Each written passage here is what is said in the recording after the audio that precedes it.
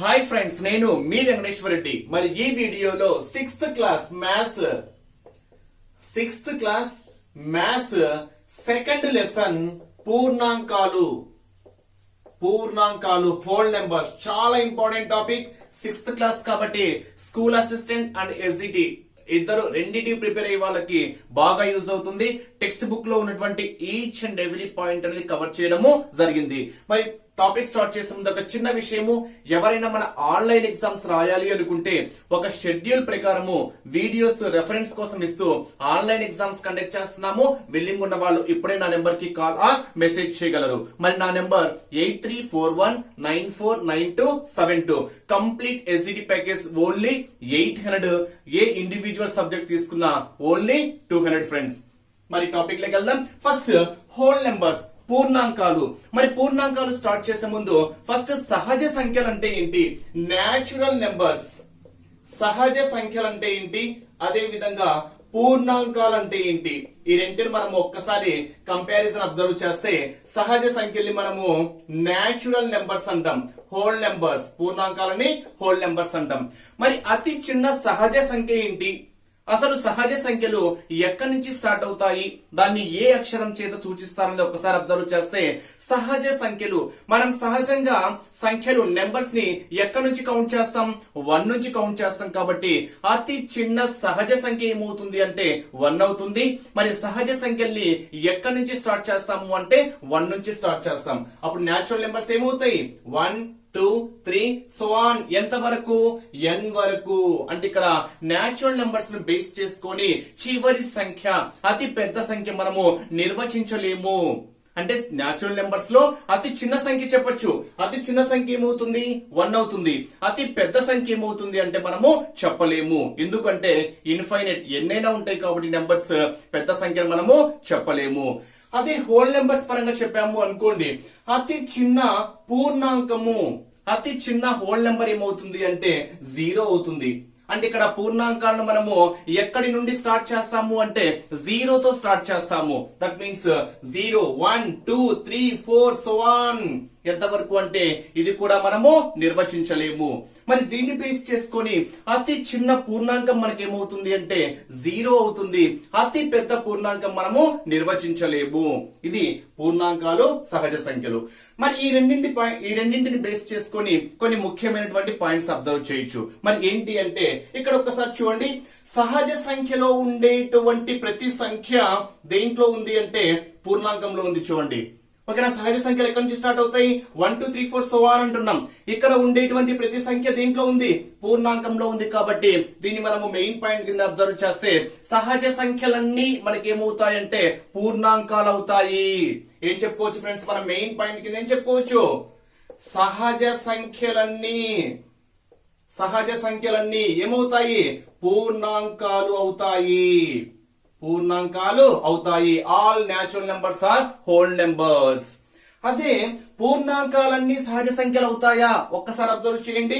పూర్ణాంకాల్లో మనకు 0 ఉంది, మరి సహజ సంఖ్యలో 0 ఉందా, లేదు. అంటే మనమే ఇక్కడ ఏం చెప్పుకోవచ్చు అంటే సహజ సంఖ్యలకి 0 యాడ్ చేసామనుకోండి, ఆ నెంబర్స్ అన్ని మనకి ఏమవుతాయి పూర్ణాంకాలు అవుతాయి. అంటే పూర్ణాంకాలలో 0 ఉంది, సహజ సంఖ్యలో 0 లేదు. కాబట్టి పూర్ణాంకాలన్నీ సహజ సంఖ్యలు కావు.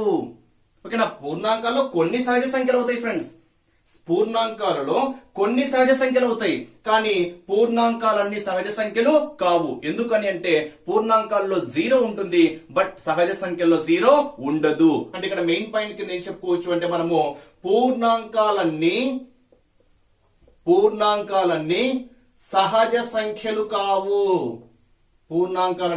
సహజ సంఖ్యలు కావు. ఇవి మెయిన్ గా మీరు గుర్తుపెట్టుకోవాల్సినటువంటి 2 ముఖ్యమైనటువంటి పాయింట్స్. మరి సహజ సంఖ్యలను ఏ అక్షరం చేత డినోట్ చేస్తాము అంటే క్యాపిటల్ N. ఓకేనా. సహజ సంఖ్యల్ని ఏ అక్షరం చేత సూచిస్తాము అంటే క్యాపిటల్ N. ఏదైనా కానీ మనం ఇండికేషన్ క్యాపిటల్ లెటర్స్ తోనే సూచించాలి. అదే హోల్ నెంబర్స్ ని మనము ఏ అక్షరం చే డినోట్ చేస్తాము అంటే W. స్టార్టింగ్ లో చూడండి, natural numbers N, whole numbers W. అంటే ఇక్కడ సహజ సంఖ్యల్ని N అనేటువంటి అక్షరంతో సూచిస్తాము, పూర్ణాంకాలని క్యాపిటల్ W అనేటువంటి అక్షరంతో సూచిస్తాము. ఇవి మనకు సహజ సంఖ్యలు, పూర్ణాంకాలు. దీన్ని బేస్ చేసుకొని, ఈ రెంటిని బేస్ చేసుకొని అసలు ఉత్తర సంఖ్య, ఉత్తర పదం అంటే ఏంటి, పూర్వ పదం అంటే ఏంటి అనేది మనం ఒక్కసారి అబ్జర్వ్ చేస్తే కదా, ఏదైనా ఒక సంఖ్య తీసుకున్నప్పుడు ఆ సంఖ్యకి ముందు ఉండేటువంటి సంఖ్యను మనం ఏమంటాము అంటే పూర్వ సంఖ్య, పూర్వ పదము అంటాం. ఆ సంఖ్యకి తరువాత వచ్చేటువంటి సంఖ్యను మనం ఏమంటాము అంటే ఉత్తర పదము అంటాం. ఉత్తర పదము అంటేనేమో తరువాతది, పూర్వ అంటేనేమో ముందు. మనకి ఈజీగా తెలిసిపోతుంది పూర్వము అంటే ముందు అని కదా. ఇప్పుడు మనకన్నా పూర్వము అంటే అర్థం ఏంటి, మనకన్నా ముందు అని చెప్పుకుంటాం. కాబట్టి ఏదైనా ఒక సంఖ్యకి ముందు వచ్చేటువంటి సంఖ్యను మనము పూర్వపదం అని, ఏదైనా ఒక సంఖ్యకి తర్వాత వచ్చేటువంటి సంఖ్యను మనము ఉత్తర పదం అని అంటాం. ఫర్ ఎగ్జాంపుల్ చూడండి, ఏదైనా ఒక నెంబర్ తీసుకున్నాము, 25 తీసుకున్నాము అనుకోండి. మరి 25 కి ముందేమొస్తుంది, 24 వస్తుంది. అప్పుడు ఈ 25 కి ఈ 24 మనకి ఏమవుతుంది అంటే పూర్వ పదం అవుతుంది. మరి 25 తర్వాత మనకి ఏమొస్తుంది, 26 వస్తుంది. అప్పుడు ఈ 25 కి ఈ 26 ఏమవుతుంది అంటే ఉత్తర పదం అవుతుంది. బట్ ఇక్కడ మీరు గుర్తుపెట్టుకోవాల్సినటువంటి ఇంపార్టెంట్ పాయింట్ ఏంటి అంటే సహజ సంఖ్యలలో ఏ సంఖ్యకి పూర్వపదం ఉండదు. చాలా ఇంపార్టెంట్. అంటే ఈ క్రింది వాటిలో సరికాని దాన్ని గుర్తించండి, సరైన దాన్ని గుర్తించండి అని అడగడానికి ఛాన్స్ ఉంటుంది కాబట్టి చెప్తున్నా. సహజ సంఖ్యలలో ఏ సంఖ్యకి పూర్వపదం ఉండదు. సహజ సంఖ్యలో ప్రతి సంఖ్యకి ఉత్తర పదం ఉంటుంది. అంటే 1 తీసుకున్న దాని తర్వాత ఉంటుంది, ఏ సంఖ్య తీసుకున్నా దాని తర్వాత నెంబర్ ఉంటుంది. అంటే సహజ సంఖ్యలో ప్రతి సంఖ్యకి ఉత్తర పదం ఉంటుంది. కానీ సహజ సంఖ్యలలో ఒక సంఖ్యకి పూర్వపదం ఉండదు. దేనికి ఉండదు అంటే మనం ఏదైతే చిన్న సంఖ్య అంటామో ఆ చిన్న సంఖ్యకి ముందు సంఖ్య మనము చెప్పలేము. ఇప్పుడు సహజ సంఖ్యలో అతి చిన్న సంఖ్య ఎంత, 1. ఇంకా 1 కి ముందు మనం చెప్పలేము, ఇదే అంతకన్నా చిన్నది కాబట్టి దీనికి ముందు ఏమీ ఉండదు. నెక్స్ట్ పూర్ణాంకాల్లో అతి చిన్న పూర్ణాంకం ఏంటి, 0. ఇదే అన్నిటికన్నా చిన్నది కాబట్టి దీనికి ముందు ఏముంటుందో మనము చెప్పలేము. అంటే ఇక్కడ మెయిన్ పాయింట్ కింద ఏం చెప్పొచ్చు అంటే సహజ సంఖ్యలలో 1 కి, సహజ సంఖ్యలలో 1కి, 1 అనేటువంటి సంఖ్యకి పూర్వపదం ఉండదు. అంటే ఇక్కడ క్వశ్చన్ ఎగ్జామ్ పాయింట్ ఆఫ్ వ్యూలో ఈ క్రింది వాణిలో సహజ సంఖ్యలో ఏ సంఖ్యకి పూర్వపదం ఉండదు అంటే ఆన్సర్ ఏమవుతుంది, 1 అవుతుంది. అదే సరైన వాక్యం, సరికాని వాక్యం పరంగా అడిగితే సహజ సంఖ్యలో 1 అనేటువంటి సంఖ్యకి పూర్వపదము ఉండదు. ఎందుకంటే ఇదే అన్నిటికన్నా చిన్నది, దానికి ముందు ఏమీ ఉండదు కాబట్టి. అదే పూర్ణాంకాల పరంగా అబ్జర్వ్ చేశామనుకోండి, పూర్ణాంకాలలో అతి చిన్నది 0 కాబట్టి దీనికి ముందు ఏమీ ఉండదు. మరి ముందు సంఖ్యను ఏమని చెప్పాను, పరపదము అంటాం. కాబట్టి పూర్ణాంకాలలో 0కి పూర్వపదము ఉండదు. పూర్ణాంకాలలో 0కి పూర్వపదము ఉండదు. లేదా ఈ క్రింది వాణిలో ఈ పూర్ణాంకాలలో ఏ సంఖ్యకి పూర్వపదం ఉండదు అంటే 0. సో క్వశ్చన్ ఏ విధంగా అయినా చెప్పుకోవచ్చు. ఇది పూర్వపదం అంటే ఏంటి, పరపదము అంటే ఏమిటి. నెక్స్ట్ మరి సహజ సంఖ్యలు, పూర్ణాంకాల పరంగా కొన్ని ధర్మాలు ఉన్నాయి. మరి ఆ ధర్మాలలో ఫస్ట్ వన్ సంవృత ధర్మము. చాలా ఇంపార్టెంట్ ఫ్రెండ్స్, ఇవి ధర్మాలు చాలా చాలా ఇంపార్టెంట్. ఫస్ట్ సంవృత ధర్మం ఇక్కడ చూద్దాం. సో నేను పూర్ణాంకాలకు ఎక్స్ప్లెయిన్ చేస్తా, ఎందుకంటే మన లెసన్ పేరు పూర్ణాంకాలు కాబట్టి పూర్ణాంకాలకు ఎక్స్ప్లెయిన్ చేస్తా. మీరు సహజ సంఖ్యలు దాంట్లోకి కన్వర్ట్ చేసుకోవచ్చు. ఏదైనా ఒకటి ఎక్స్ప్లెనేషన్ ఇస్తా, ఓకేనా. మరి ఈ సంవృత ధర్మం ఎక్స్ప్లెయిన్ చేసే ముందు ఈ రెండు కాన్సెప్ట్స్ కి మనము ఓకేనా సాంఖ్యక శాస్త్రము, స్టాటిస్టిక్స్ అనేది ఒకసారి అప్లై చేస్తే ఓకేనా. మరి వ్యాప్తి ఏమవుతుంది, మొదటి n సహజ సంఖ్యల లేదా n సహజ సంఖ్యల వ్యాప్తి ఏమవుతుంది. మరి వ్యాప్తి అంటే మీరు గుర్తుపెట్టుకోవాల్సింది పెద్ద సంఖ్య మైనస్ చిన్న సంఖ్య. వ్యాప్తి అంటే అర్థం ఏంటి, పెద్ద సంఖ్య మైనస్ చిన్న సంఖ్య. మరి మొదటి n సహజ సంఖ్యల వ్యాప్తి ఏమవుతుంది అంటే పెద్ద సంఖ్య n, చిన్న సంఖ్య 1 కాబట్టి ఈ మొదటి n సహజ సంఖ్యల వ్యాప్తి మనకి ఏమవుతుంది అంటే n-1. వ్యాప్తి అంటేనే పెద్ద సంఖ్య మైనస్ చిన్న సంఖ్య. అదే పూర్ణాంకాల పరంగా చెప్పాము అనుకోండి, మరి మొదటి n పూర్ణాంకాల వ్యాప్తి ఏమవుతుంది అంటే పెద్ద సంఖ్య n కాబట్టి n, చిన్న సంఖ్య 0 కాబట్టి n-0 ఏమవుతుంది, n అవుతుంది. దట్ మీన్స్ మొదటి n పూర్ణాంకాల వ్యాప్తి n అవుతుంది. మొదటి n సహజ సంఖ్యల వ్యాప్తి ఏమవుతుంది, n-1. మరి ఇక్కడ సంవృత ధర్మము అంటున్నాం. అసలు ఏంటి ఈ సంవృత ధర్మం యొక్క ప్రిన్సిపల్స్ ఏంటి? మరి సంకలనము, వ్యవకలనము, గుణకారము, భాగాహారము ఈ నాలుగింటిని అబ్జర్వ్ చేస్తే పూర్ణాంకాలు అనేటివి దేనిని పాటిస్తాయి, దేనిని పాటించవు అనేది మనము ఒక్కసారి అబ్జర్వ్ చేద్దాం. ఫస్ట్ నేను చెప్పేది పూర్ణాంకాల పరంగా ఫ్రెండ్స్, పూర్ణాంకాలు హోల్ నెంబర్స్ పరంగా చెప్తున్నా. కావాలంటే మీరు ఇదే కాన్సెప్ట్ ని న్యాచురల్ నెంబర్స్ లేకి కన్వర్ట్ చేసుకోవచ్చు. ఫస్ట్ సమృద్ధ ధర్మం పరంగా సంకలనం అబ్జర్వ్ చేస్తే, అంటే పూర్ణాంకాల సమితి అనేది సంకలనంలో సమృద్ధ ధర్మాన్ని పాటిస్తుందా, పాటించదా? పూర్ణాంకాల సమితి అనేది సంకలనం పరంగా సమృద్ధ ధర్మాన్ని పాటిస్తుందా, పాటించదా అనేది మనం ఒక్కసారి అబ్జర్వ్ చేస్తే, అసలు సమృద్ధ ధర్మము అంటే ఏంటి అంటే ఏవైనా రెండు పూర్ణాంకాలు తీసుకున్నప్పుడు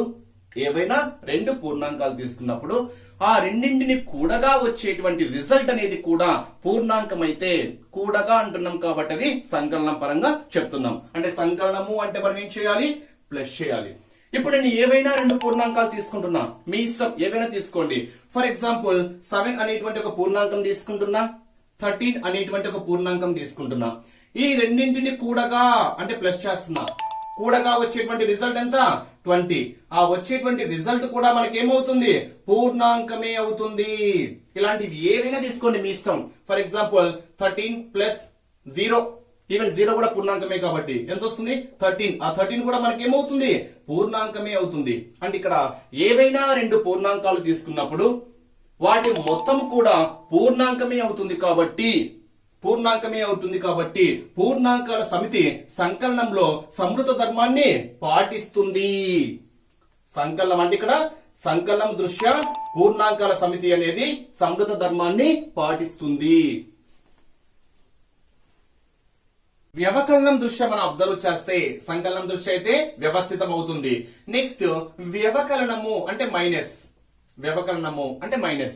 ఇక్కడ ఏవైనా రెండు పూర్ణాంకాలు తీసుకొని ఆ రెండు పూర్ణాంకాల పరంగా వ్యవకలనం అప్లై చేస్తే అది సమృద్ధ ధర్మాన్ని పాటిస్తుందా, పాటించదా? అంటే ఎగ్జామ్ పాయింట్ ఆఫ్ వ్యూ ఎలా అడుగుతారంటే ఈ క్రింది వారిలో సరికాని వాక్యాన్ని గుర్తించండి అని చేసి, ఓకేనా. సంకలనం దృష్ట్యా పూర్ణాంకాలు సమృద్ధ ధర్మాన్ని పాటిస్తాయి.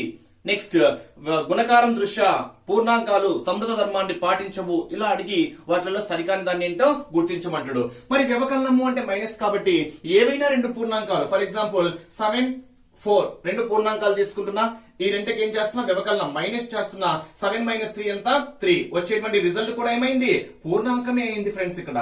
ఓకే, అన్నింటికీ అప్లై కావాలి కాబట్టి ఫర్ ఎగ్జాంపుల్ 3 తీసుకుంటున్నా, 10 తీసుకుంటున్నా, వ్యవకలనం చేస్తున్నా. 3 - 10 ఎంత, -7 అవుతుంది. చూడండి 3 - 10 ఎంత, -7. -7 పూర్ణాంకమా?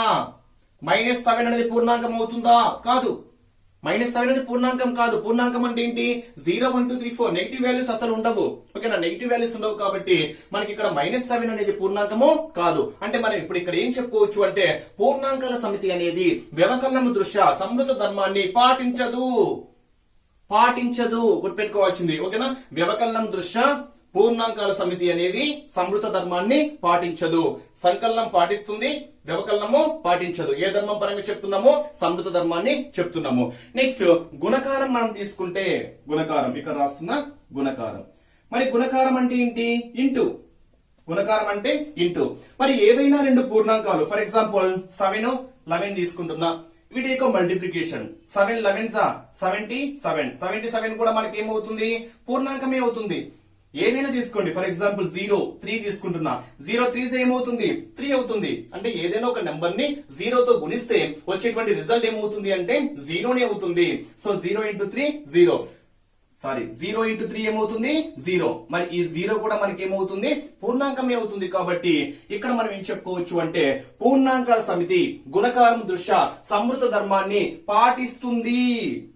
చూడండి ఫ్రెండ్స్ ఇక్కడ. ఓకేనా, అంటే పూర్ణాంకాల సమితి అనేది గుణకారం దృష్ట్యా సమృద్ధ ధర్మాన్ని పాటిస్తుంది. నెక్స్ట్ భాగాహారం మనం అబ్జర్వ్ చేసాము అనుకోండి. ఏంటి భాగాహారం అంటే డివైడ్స్. ఫర్ ఎగ్జాంపుల్ 2, 4 డివైడ్స్ చేసాము అనుకోండి. 2 divides 4 అంటే అర్థం ఏంటి, 2/4 అని. 2/4 అంటే ఎంత, 2/4 అంటే ఎంత, 1/2. అంటే రెండు పూర్ణాంకాలను భాగాహారం అప్లై చేస్తే వచ్చేటువంటి రిజల్ట్ 1/2 పూర్ణాంకం అవుతుందా? కాదు. 1/2 పూర్ణాంకం. 1/2 అంటే ఏంటి, 0.5. 0.5 పూర్ణాంకం కాదు, ఇది పూర్ణాంకం కాదు. ఫర్ ఎగ్జాంపుల్ 14, 7 తీసుకున్నాం అనుకోండి. 14/7 ఎంత 2. ఇదేమవుతుంది పూర్ణాంకం అవుతుంది. అంటే ప్రతిసారి మనకు పూర్ణాంకం అయితే కాదు కాబట్టి భాగాహారం దృష్ట్యా పూర్ణాంకాల సమితి సంవృత ధర్మాన్ని పాటించదు. ఈ విధంగా మీరు గుర్తుపెట్టుకోవాలి. అంటే ఇక్కడ మీరు మెయిన్ గా గుర్తుపెట్టుకోవాల్సింది ఏంటంటే పూర్ణాంకాల దృష్ట్యా సంకలనము సంవృత ధర్మాన్ని పాటిస్తుంది, వ్యవకలనము సంవృత ధర్మాన్ని పాటించదు, గుణకారము సంవృత ధర్మాన్ని పాటిస్తుంది, భాగాహారము సంవృత ధర్మాన్ని పాటించదు.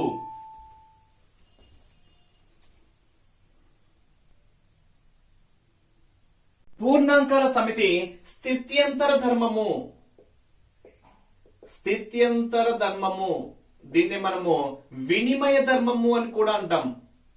వినిమయ ధర్మము మరి పాటిస్తుందా పాటించదా? మరి పాటిస్తే వీటిని పాటిస్తాయి సంకలనము, వ్యవకలనము, గుణకారము, అదే విధంగా భాగాహారము. ఇంకోటి గుర్తుపెట్టుకోవాలి ఫ్రెండ్స్, అంటే ఏదైనా ఒక సంఖ్యను తీసుకుంటే డివైడ్ 0 చేసామనుకోండి. For example 7 divides 0, that means 7/0 మనకి ఏమవుతుంది ఇన్ఫినిటీ.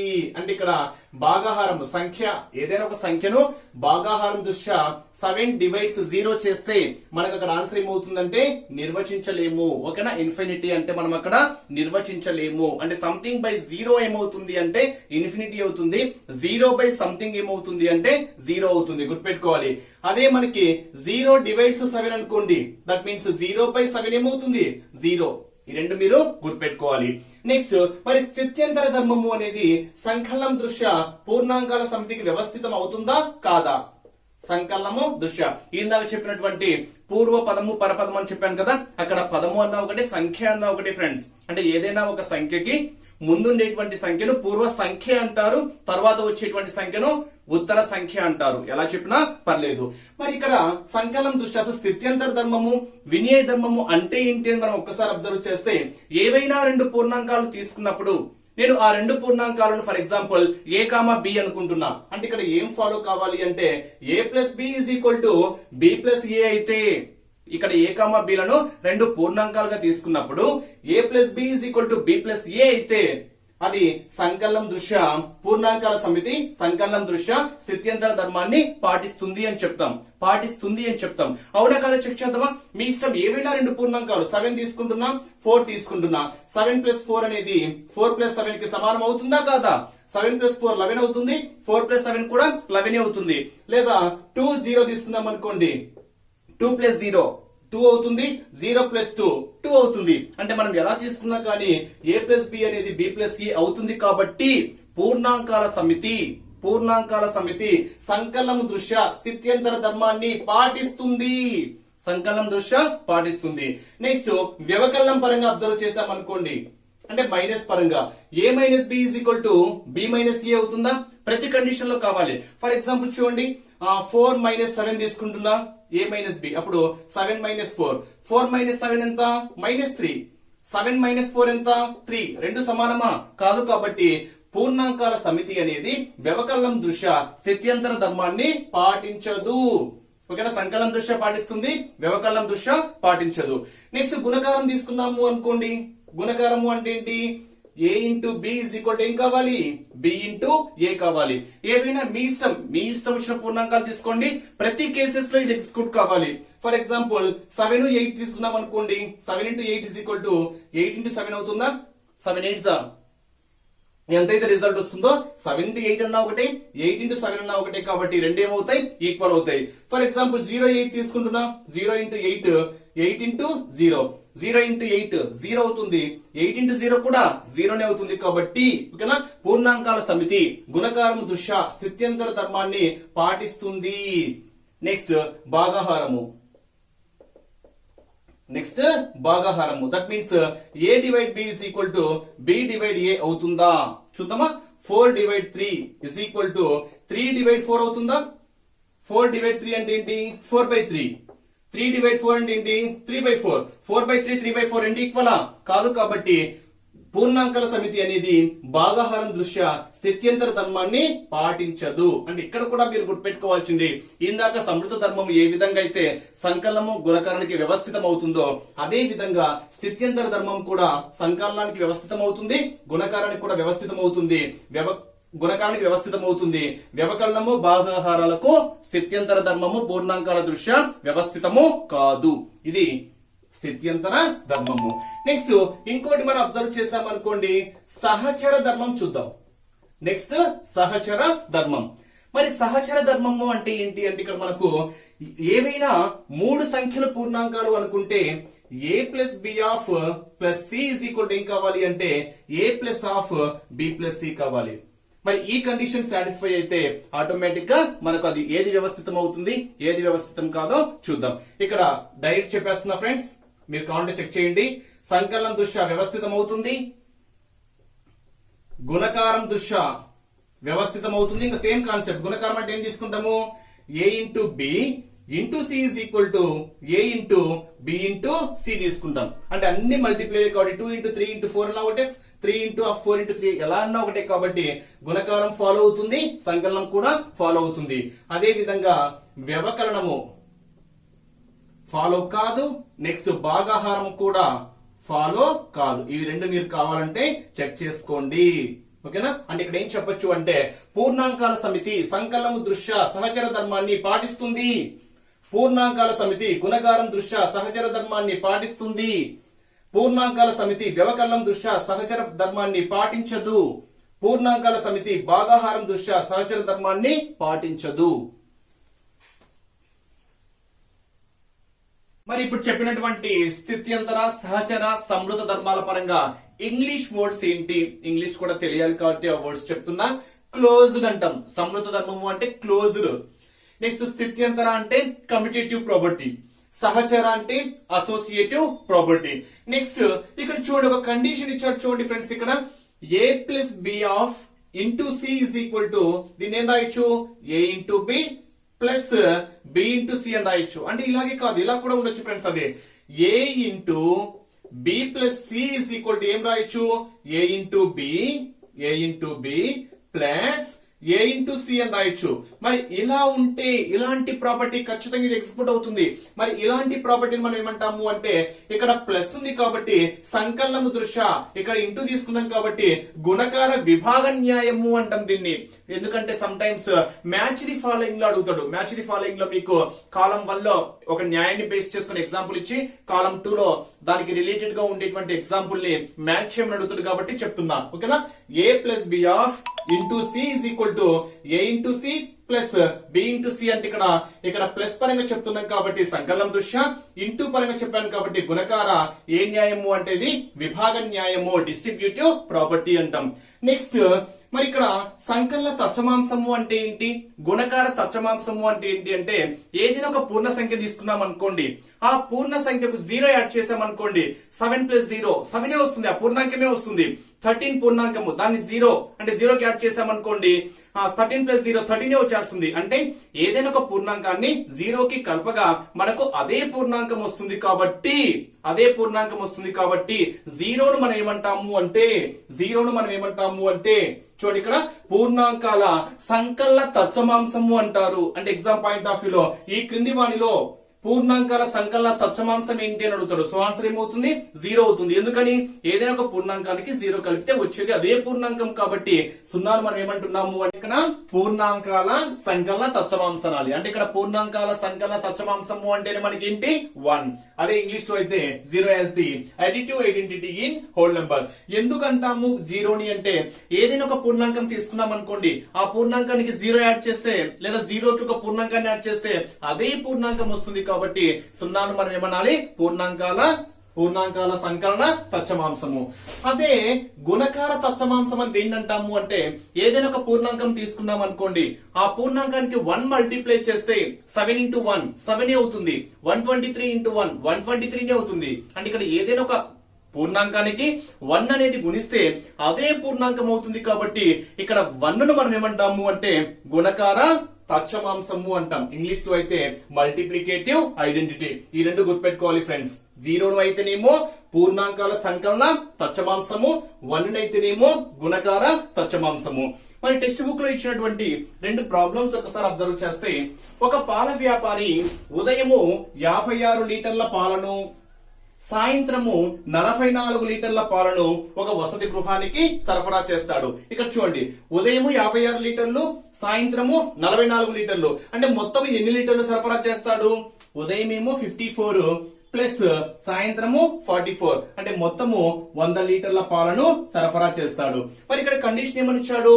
1 లీటర్ పాల ధర 50 రూపాయలు అయితే ఒక రోజుకి ఎంత సంపాదిస్తాడు? ఇక్కడ మొత్తము 100 లీటర్లు సరఫరా చేశాడు. 1 లీటర్ కి 50 రూపాయలు అయితే 100 ఇంటూ 1 లీటర్ కాస్ట్ ఎంత? 50 రూపీస్.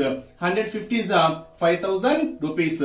అంటే ఒక రోజుకి తనకు ఎంత డబ్బు వస్తుంది అంటే 5000 రూపాయలు వస్తుంది. Next problem.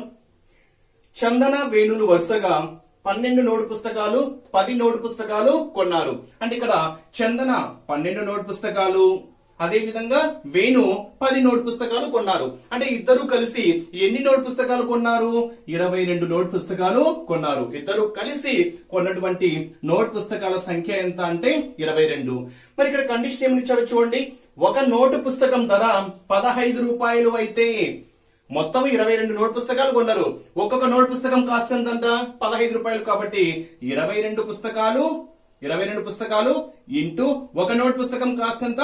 15 రూపాయలు. మల్టిప్లై చేస్తే సరిపోతుంది. 15 2s 30, 30, 15 2s 30 ప్లస్ 3 ఎంత? 33. అంటే ఆ దుకాణదారునికి ఎంత డబ్బు ఇవ్వాలి అంటే 330 రూపాయలు ఇవ్వాలి. ఫాలోయింగ్ ఇచ్చాడు, మీరు ఈజీగా చేయొచ్చు. 1 ఏమంటాము? ఆల్రెడీ మీకు చెప్పింది. 1 మనకేమవుతుంది? గుణకార తచ్చమాంసము. సో గుణకార తచ్చమాంసం ఇది 2. 0 మనకేమవుతుంది? సంకలన తచ్చమాంసము 1. ఇంతవరకు ఓకే. నెక్స్ట్ ఇది విభాగ న్యాయము అని చెప్పాను చూడండి. a into B plus C is equal to A plus B plus A into C. A into B, ఇక్కడ చూడండి, దీన్ని A into B plus C is equal to ఏమని చెప్పాను మీకు? A into B plus A into C. విభాగ న్యాయము plus ఉంది కాబట్టి ఇక్కడ సంకలనం దృష్ట్యా ఇంటూ ఉంది కాబట్టి గుణకారము. ఏ న్యాయాన్ని విభాగ న్యాయము అని చెప్పాను. ఇక్కడ ఉంది, ఒకసారి అబ్జర్వ్ చేయండి. ఇక్కడ చూడండి, సంకలనముపై గుణకార విభాగ న్యాయము అంటే ఇది ఏమవుతుంది? 4 అవుతుంది. నెక్స్ట్ ఇది మనకు A plus B is equal to conditions చెప్పాను చూడండి. A plus B is equal to B plus C అవుతుంది. ఇది ఏ న్యాయం అని చెప్పాను? స్థిత్యంతర ధర్మము అని చెప్పాను. అంటే ఇక్కడ A plus B plus C is equal to ఇలా స్థానాలు, అంటే ఎడిషన్ లో ఉన్నప్పుడు వాటి యొక్క స్థానాలు మనం ఏ విధంగా రాసినా ఆన్సర్ మారదు. అంటే ప్లస్ అని చెప్తున్నాం కాబట్టి సంకలనము దృష్ట్యా ఎక్కడ ఉంది? సంకలనము దృష్ట్యా. నెక్స్ట్ ఏదైనా మల్టిప్లికేషన్ అప్పుడు నెంబర్స్ వాటి స్థానాలు ఏ విధంగా మార్చుకున్నా కానీ ఆన్సర్ మారదు. అంటే అర్థం ఏంటి? 4 ఇంటూ 3 ఇంటూ 13 అన్నా ఒకటే. ఈ స్థానాలు ఏ విధంగా మార్చండి. 13 ఇంటూ 4 ఇంటూ 3 వీటి యొక్క స్థానాలు ఎక్కడెక్కడ మార్చినా కానీ వచ్చేటువంటి రిజల్ట్ మాత్రము చేంజ్ కాదు. ఇక్కడ మల్టిప్లికేషన్ అంటే గుణకారం కాబట్టి ఎక్కడుంది? గుణకారం దృష్ట్యా స్థిత్యంతరము ఇక్కడ ఉంది 5. అంటే ఇక్కడ ఫస్ట్ దేమో సంకలనంలో స్థిత్యంతరము, సెకండ్ ది గుణకారంలో స్థిత్యంతరము, 1 అన్నది సంకలన తచ్చమాంసము, గుణకార తచ్చమాంసము, 0 అనేది సంకలన తచ్చమాంసము. ఇదేమవుతుంది? సంకలనంపై విభాగ గుణకార విభాగ న్యాయము. ఇది టెక్స్ట్ బుక్ లో ఇచ్చినటువంటిది కాన్సెప్ట్. ఇది మ్యాచ్ ది ఫాలోయింగ్ చేయమని ఇచ్చాడు. ఇక్కడ మీరు మరో కొన్ని గుర్తుపెట్టుకోవాల్సింది ఏంటంటే, ఏవైనా చుక్కలను బేస్ చేసుకొని ఏదైనా ఒక రేఖ డ్రా చేయాలంటే ఎన్ని చుక్కలు అవసరము, అదే విధంగా ఒక చతురస్రాన్ని డ్రా చేయాలంటే ఎన్ని చుక్కలు అవసరము, ఒక దీర్ఘ చతురస్రాన్ని డ్రా చేయాలంటే ఎన్ని చుక్కలు అవసరము అనేది, త్రిభుజాన్ని డ్రా చేయాలంటే మనకు ఎన్ని చుక్కలు అవసరం అనేది ఒకసారి అబ్జర్వ్ చేస్తే చూడండి ఫ్రెండ్స్. ఇక్కడ రేఖ అంటే మనకి ఇక్కడ ఫస్ట్ చతురస్రం చూద్దాం. మరి చతురస్రము అనేది మనకి ఎప్పుడు స్క్వేర్ షేప్ కాబట్టి ఓకేనా. ఏదైనా ఒక వర్గ సంఖ్య తీసుకున్నప్పుడే, అంటే ఖచ్చితమైన వర్గ సంఖ్య అంటే 4 2 2s అంటే 2 rows 2 columns, 4 9 అంటే 2 స్క్వేర్ ఎంత 4 అంటే 4 చుక్కలు, 3 స్క్వేర్ 9, 4 స్క్వేర్ 16. ఇలా ఉన్నప్పుడు మాత్రమే మనము ఒక చతురస్రాన్ని డ్రా చేయగలము. అంటే 4 చుక్కలు తీసుకున్నప్పుడు మనము చతురస్రాన్ని తీసుకోవచ్చు. 1 2 3 4 ఒక చతురస్రం డ్రా చేయొచ్చు ఇలా. నెక్స్ట్ 9 తీసుకున్నప్పుడు 1 2 3 4 5 6 7 8 9 ఇలా తీసుకున్నప్పుడు మాత్రమే మనం ఒక చతురస్రాన్ని డ్రా చేయగలము. అంటే ఎన్ని చుక్కలు బేస్ చేసుకుని ఒక చతురస్రాన్ని డ్రా చేయవచ్చు అంటే 4 9 అదే విధంగా 16. అదే దీర్ఘ చతురస్రాన్ని అయితే మనము 2 చూడండి ఇక్కడ 1 2 3 ఇలా తీసుకున్నాం అనుకోండి, డ్రా చేయొచ్చా? ఎస్, ఇది దీర్ఘ చతురస్రం చూడండి. అంటే ఇక్కడ 1 2 3 4 5 6 అంటే 2 ఇంటూ 3 లేదా 3x4 లేదా 4x5 ఇలా ఎన్నైనా చెప్పుకోవచ్చు. మనం ఇలా ఉన్నప్పుడు మాత్రమే మనము దీర్ఘ చతురస్రాన్ని డ్రా చేయొచ్చు. అంటే 3 2 6, 3 4 12, 4 5 20. ఓకేనా. నెక్స్ట్ 4 4 16 తీసుకున్నాం అనుకోండి, మనకి ఏమవుతుంది, అది స్క్వేర్ అవుతుంది. నెక్స్ట్ ఒక రేఖ అంటే 2 తీసుకున్నా రేఖ డ్రా చేయొచ్చు, 3 తీసుకున్నా డ్రా చేయొచ్చు, 4 తీసుకున్నా డ్రా చేయొచ్చు, 5 తీసుకున్నా డ్రా చేయొచ్చు, ఎన్ని తీసుకున్నా మనం రేఖను డ్రా చేయొచ్చు. అదే త్రిభుజాన్ని అనుకోండి, ఇలా ఇది ఒక త్రిభుజము 3. నెక్స్ట్ 6 చూడండి, అంటే 3 తీసుకున్నా డ్రా చేయొచ్చు, 1 2 3 1 2 3 4 5 6 తీసుకున్నా డ్రా చేయొచ్చు. ఇలా మనం త్రిభుజాన్ని 3 6 ఇలా తీసుకుంటే మనం ఒక త్రిభుజాన్ని డ్రా చేయవచ్చు. ఇది చుక్కల పరంగా ఇచ్చినటువంటి కాన్సెప్ట్. నెక్స్ట్ ఇక్కడ మనకు ఒక సంఖ్యారేఖ అంటే ఒక లైన్ తీసుకున్నాము అనుకోండి, ఈ లైన్ పై మనము సంఖ్యల్ని ఏ విధంగా తీసుకోవాలి. ఓకేనా. మనం ఏదైనా ఒక చిన్న సంఖ్య ఇక్కడ 12 తీసుకున్నాము అనుకోండి, ఓకేనా. దీనికన్నా పెద్ద నెంబర్ ను సంఖ్యారేఖపై మనం ఏ వైపు తీసుకుంటాము అంటే కుడి వైపు తీసుకుంటాం. అంటే ఏదైనా ఒక సంఖ్య తీసుకున్నప్పుడు ఆ సంఖ్య కన్నా పెద్ద సంఖ్య అయితే ఆ సంఖ్యారేఖపై మనము కుడివైపు తీసుకోవాలి. దీనికన్నా చిన్న సంఖ్య అనుకోండి, చిన్న సంఖ్యను మనము ఈ సంఖ్యారేఖపై మనం ఏ సైడ్ తీసుకుంటాము, ఎడమ వైపు తీసుకుంటాము. అంటే ఏదైనా ఒక సంఖ్యను బేస్ చేసుకొని దానికన్నా పెద్దదైతేనేమో సంఖ్యారేఖపై కుడివైపు తీసుకుంటాము, దానికన్నా చిన్నదైతేనేమో ఆ సంఖ్యారేఖపై ఆ నెంబర్ కి ఎడమ వైపు తీసుకుంటాము. ఇది ఈ టాపిక్ ను బేస్ చేసుకొని డీటెయిల్ ఎక్స్ప్లెనేషన్.